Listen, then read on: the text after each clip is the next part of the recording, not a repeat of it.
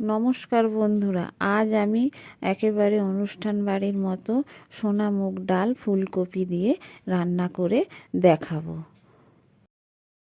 ফুলকপি দিয়ে ডাল রান্না করার জন্য আমি এখানে 1 কাপ সোনা মুগ ডাল নিয়ে নিয়েছি, আর নিয়ে নিয়েছি বেশ কিছুটা ফুলকপি এরকমভাবে কেটে রেখে দিয়েছি, আর একটা আলু ছোট ছোট করে কেটে ধুয়ে রেখেছি। মশলা নিয়ে নিয়েছি বেশ কিছুটা আদা আর গোটা জিরে, গোটা ধনে, 2টো শুকনো লঙ্কা আর কাজু আর কিশমিশ।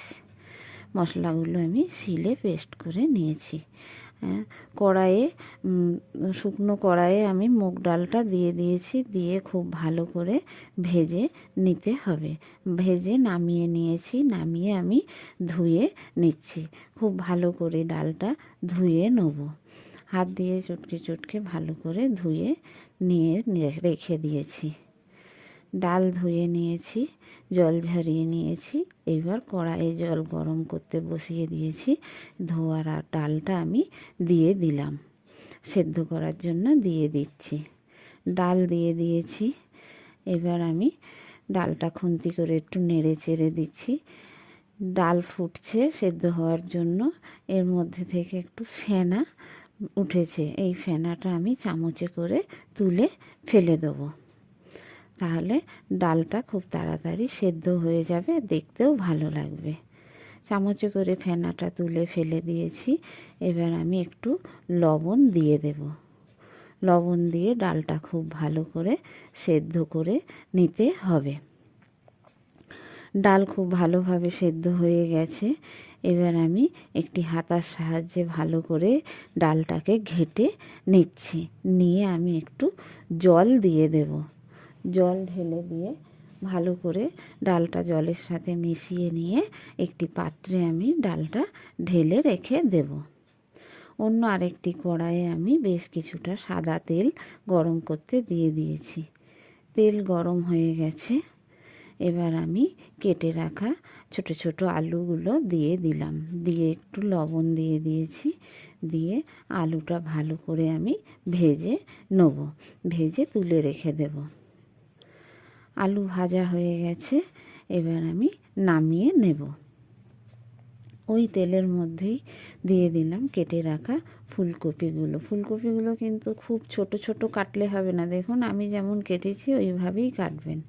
একটু হলুদ দিয়ে দিয়েছি, লবণ দিয়ে দিয়েছি, দিয়ে ফুলকপিটাও হালকা করে, খুব বেশি লাল লাল করে ভাজবো না, একটু হালকাই ভাজবো। ভেজে তুলে নেব। নামিয়ে নিয়েছি। এইবার ডালে ফোড়ন দেওয়ার জন্য আমি প্রথমে ঘি দিয়ে দিয়েছি 1 চামচ। দিয়ে প্রথমে আমি কাজুটা আর কিশমিশটা ভেজে তুলে নেব। কাজু দিয়ে দিয়েছি, একটু নেড়ে চেড়ে নিয়ে কিশমিশগুলো দিয়ে দিলাম। দিয়ে ভালো করে আমি কাজু কিশমিশ একসাথে ভেজে নেব ঘিয়ের ওপর দিয়ে। এবার আমি কাজু কিশমিশ ভেজে তুলে রেখে দেব। ভাজা হয়ে গেছে, তুলে নেব। কাজু কিশমিশ তুলে নিয়েছি।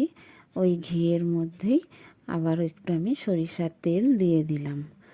দিয়ে এবার ফোড়নে দিয়ে দিলাম 2টি এলাচ আর 2 টুকরো দারচিনি, আর দিয়ে দিলাম 2টো শুকনো লঙ্কা আর একটু গোটা জিরে।